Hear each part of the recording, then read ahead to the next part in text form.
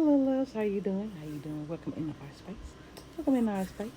I had a kind of an epiphany that I wanted to share today, if you don't mind. So I was sitting up and I was thinking I've been working on clearing out what I'm innately holding on to in my core. That's what I've been working on. And so in working on that, I have sorry y'all. Um Something hit me and I was like, whoa. And it made me kind of teary eyed. So let's talk about it. I realized that I built the love of myself because I got tired of the same pattern happening over and over again. And I got tired of the opposite sex always seeming to know how to come in broken but leave better than when they came in. Well, actually, I should say treat the next person better and they leave better, yeah, than when they came in. But I'm left with the bill. And so I realized at a young age I was used for that, for people. But I realized over time, and even with me talking and helping folks, I realized that I loved myself for what I give people. I built my love, or I built the love of myself based on what I could do for others. It was still others focused. See how deep the programming goes? Not for who I truly am inside. And I realized this because I was sitting up here and I was just breathing through my solar plexus. And I was realizing I was holding, and so I had released that. And I slowed down the breathing through the solar plexus. And I noticed I had like a knot I was trying to hold and not release, so I couldn't get to what I needed to clean out. And that's when it hit me. Ooh, we're digging in a different place. We're cleaning up a different place within us. This is the core. We've been on the periphery for a minute. And I said, oof. That was a whole nother level. So I realized, and this is the term that came to me, I had to dig down to get up to be able to go anywhere. I'm going to say that again. I had to dig down to be able to get up, to be able to go anywhere. And so it reminded me of the Great Glass Wonkavator. If you ever read Willy Wonka's books, the second one, I believe it is. I think it's the second one. I think. I can't remember. But it's the Great Glass Wonkavator. The Great Glass Wonkavator could go anywhere in the factory. Horizontal, diagonal, anywhere in ways, in any room in the factory except for one, and in any way that you could think of, but only in the factory. And then it made me think about something. Would you stay in a bubble if you had the freedom to be you, but your limitation was the bubble, and not go out to be free?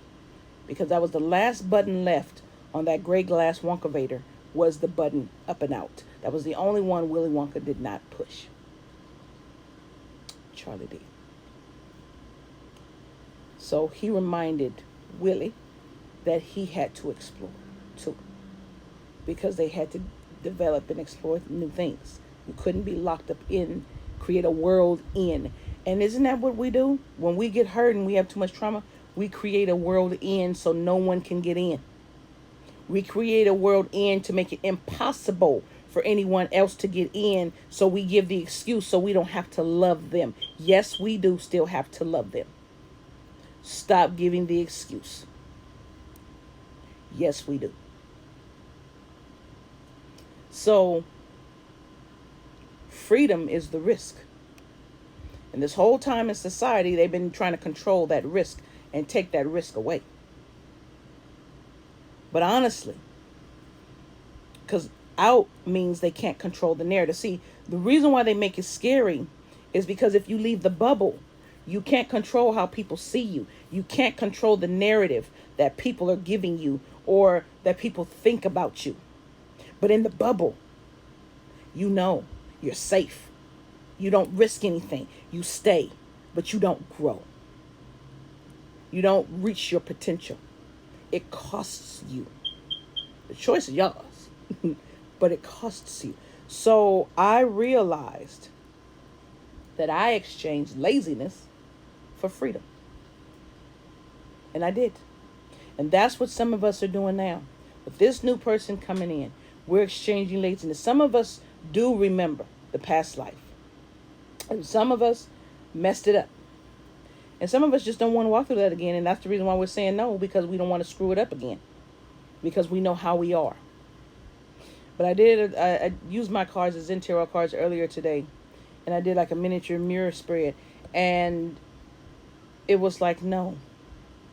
That's laziness. And the reason why you did it in the first place is because you felt not a routine with the person, but you were so in alignment with the person that it was rote. And I'm like, well, that's a good thing. That's actually a positive thing, to be that much in alignment that you move together. But some of us see that as boring. I did, so I screwed it up. But I'm like, but we're more mature now. So we don't need the bubble. We don't need the fortress anymore. Are we able to take the risk and finish healing our core to break out with the Great Glass Wonka Vader? Are we willing to at least explore in our little walled up glass, but at least we can get out and see? And can we take what people say about us, even though it may not be true? Can we turn that other cheek where they have to recognize the greatness? Can we do that? Can we sit there and know our greatness? Okay.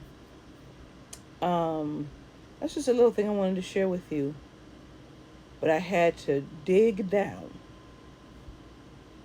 to get up to go anywhere. It's all connected. It's all needed. Whether you want it or not, it's all connected and it's all needed. You dig what I'm saying? And so don't make a decision based on laziness because you don't want to deal with the guilt of before. Discipline is what is needed.